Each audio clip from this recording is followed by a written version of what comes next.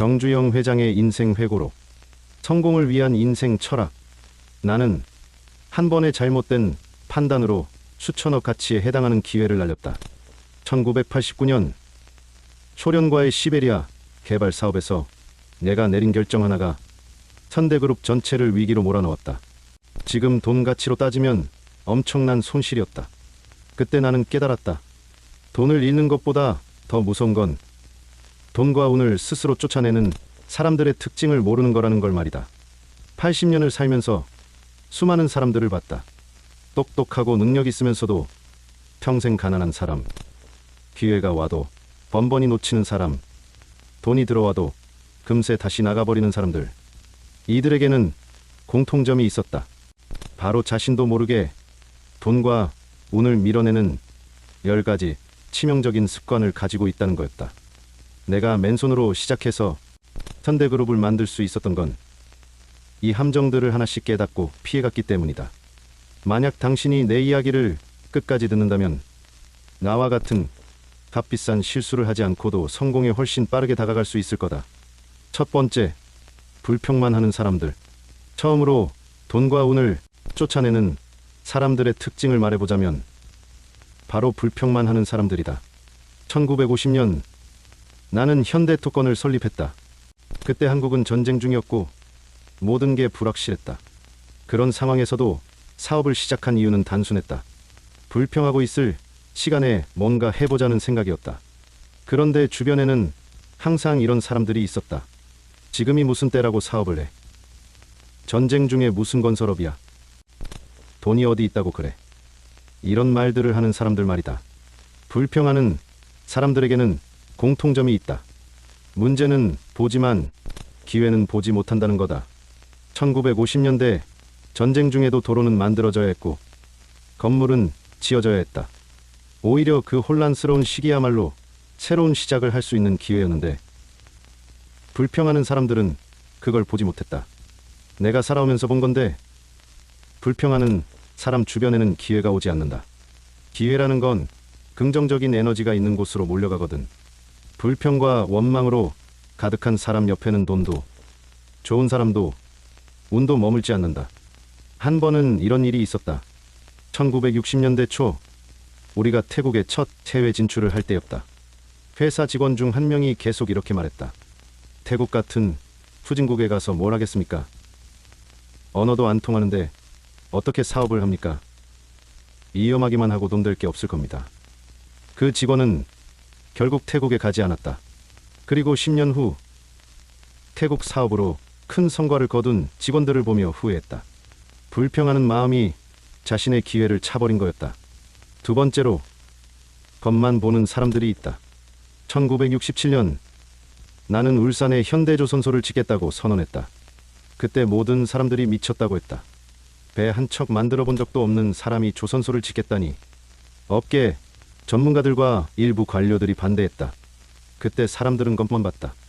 나에게 조선업 경험이 없다는 것, 기술이 없다는 것, 자본이 부족하다는 것, 그런 것들만 봤다. 하지만 나는 달리 봤다. 한국은 삼면이 바다다. 우리나라만큼 조선업에 유리한 조건을 가진 나라가 없다. 그리고 당시 일본과 서구 선진국들의 임금이 올라가고 있었다. 이건 우리에게는 기회였다. 겉만 보는 사람들은 항상 현재 상황만 본다. 그래서 기회를 놓친다. 1970년 현대조선소에서 첫 배가 진수될 때 그 사람들은 깜짝 놀랐다. 그리고 그때서야 아, 정 회장이 보는 눈이 있었구나, 이런 말을 했다. 돈과 운은 미래를 보는 사람에게 온다. 현재의 어려움만 보고 포기하는 사람에게는 절대 오지 않는다. 세 번째는 완벽을 기다리는 사람들이다. 1973년 현대자동차에서 포니를 개발할 때였다. 당시 우리에게는 자동차 기술이 부족했다. 엔진 기술도 없었고 디자인 경험도 부족했다. 그래서 이탈리아의 이탈 디자인과 손을 잡고 일본 미쓰비시에서 엔진 기술을 가져왔다. 그때 주변에서 많은 사람들이 말했다. 기술이 완벽해진 다음에 시작하자. 자본이 충분히 모인 다음에 하자. 시장이 더 성숙해진 다음에 하자. 하지만 나는 생각이 달랐다. 완벽한 때는 없다. 완벽을 기다리다가는 기회를 놓친다. 부족한 건 시작하면서 채워나가면 된다. 포니 개발 과정에서 수없이 많은 문제가 생겼다. 품질 문제, 기술 문제, 자금 문제.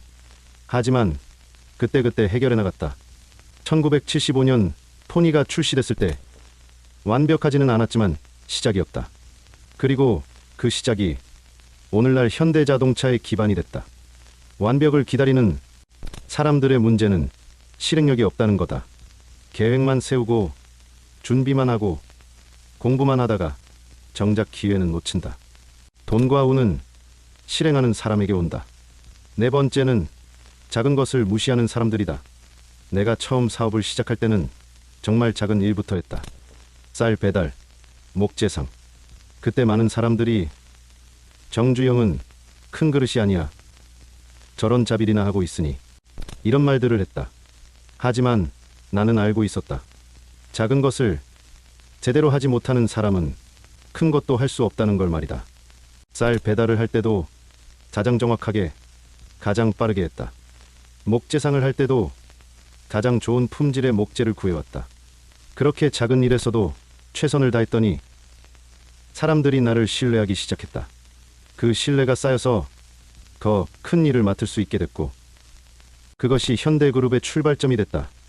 작은 것을 무시하는 사람들은 큰 기회가 와도 잡을 수 없다. 왜냐하면 작은 것들이 모여서 큰 것이 되기 때문이다. 작은 신용, 작은 성과, 작은 성공. 이런 것들이 쌓여서 큰 운과 큰 돈이 된다. 다섯 번째는 관계를 소홀히 하는 사람들이다. 사업을 하다 보면 혼자서는 할 수 없는 일들이 많다. 기술도 필요하고 자본도 필요하고 시장 정보도 필요하다.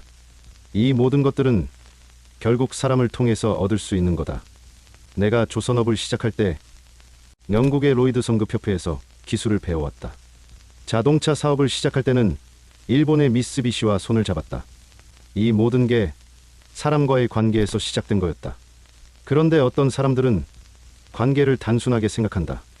나한테 도움이 되면 만나고 안 되면 안 만나면 돼. 이런 식으로 생각하는 거다. 관계라는 건 그런 게 아니다.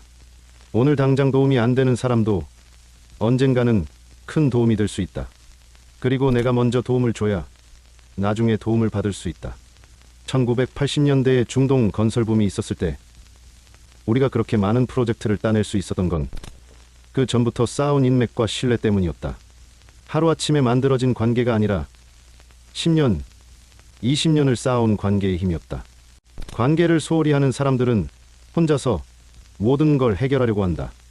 그러다가 막다른 길에 부딪히면 도와줄 사람이 없다. 돈과 운은 좋은 관계 속에서 흘러다닌다. 여섯 번째는 변화를 거부하는 사람들이다. 내가 살아온 20세기는 변화의 시대였다. 일제강점기, 해방, 전쟁, 산업화, 민주화. 10년마다 세상이 완전히 바뀌었다. 그런 변화 속에서 살아남으려면 적응해야 했다.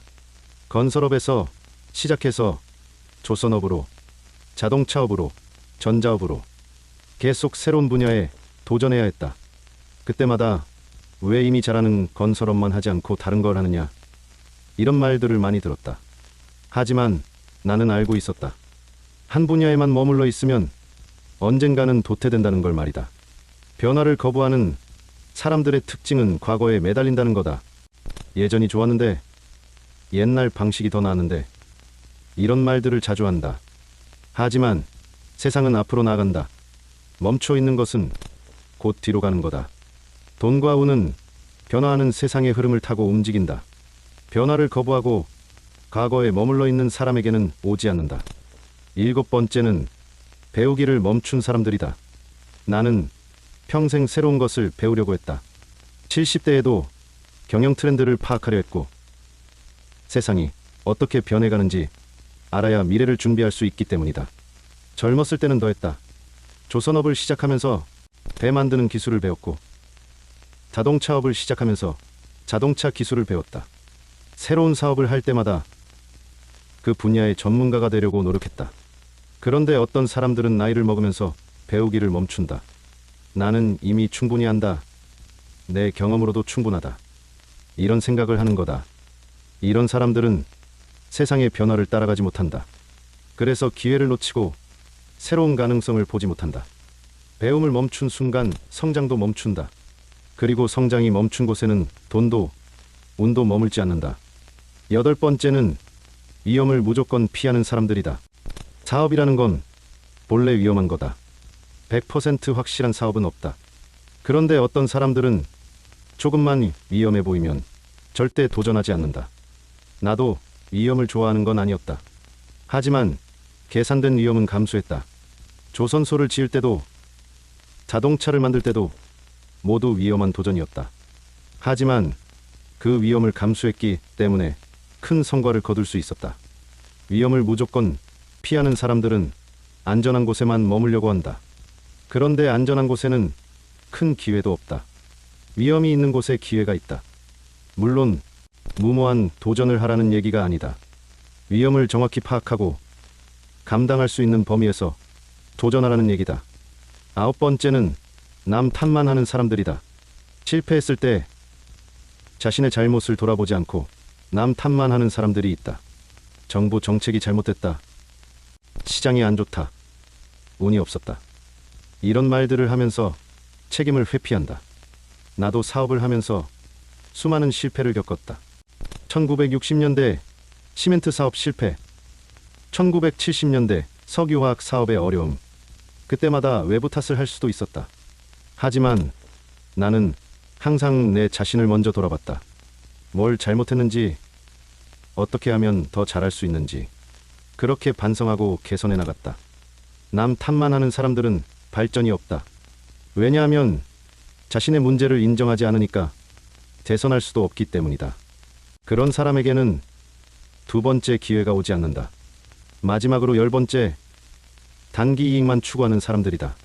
사업을 하다 보면 당장의 이익과 장기적인 이익 사이에서 선택해야 할 때가 있다. 그때 현명한 선택을 하는 게 중요하다. 내가 조선소를 지을 때 처음 몇 년간은 적자였다. 그때 주변에서 빨리 포기하고 다른 사업을 하라는 말이 많았다. 단기적으로 보면 손해였으니까. 하지만 나는 참았다. 조선업의 미래를 보고 있었기 때문이다. 그 참음이 있었기 때문에 나중에 조선업으로 큰 성공을 거둘 수 있었다. 단기 이익만 추구하는 사람들은 진짜 큰 기회를 놓친다. 큰 돈, 큰 운은 장기적인 관점에서 온다. 내가 배운 것들, 이런 10가지 특징을 가진 사람들을 살아오면서 수없이 많이 봤다.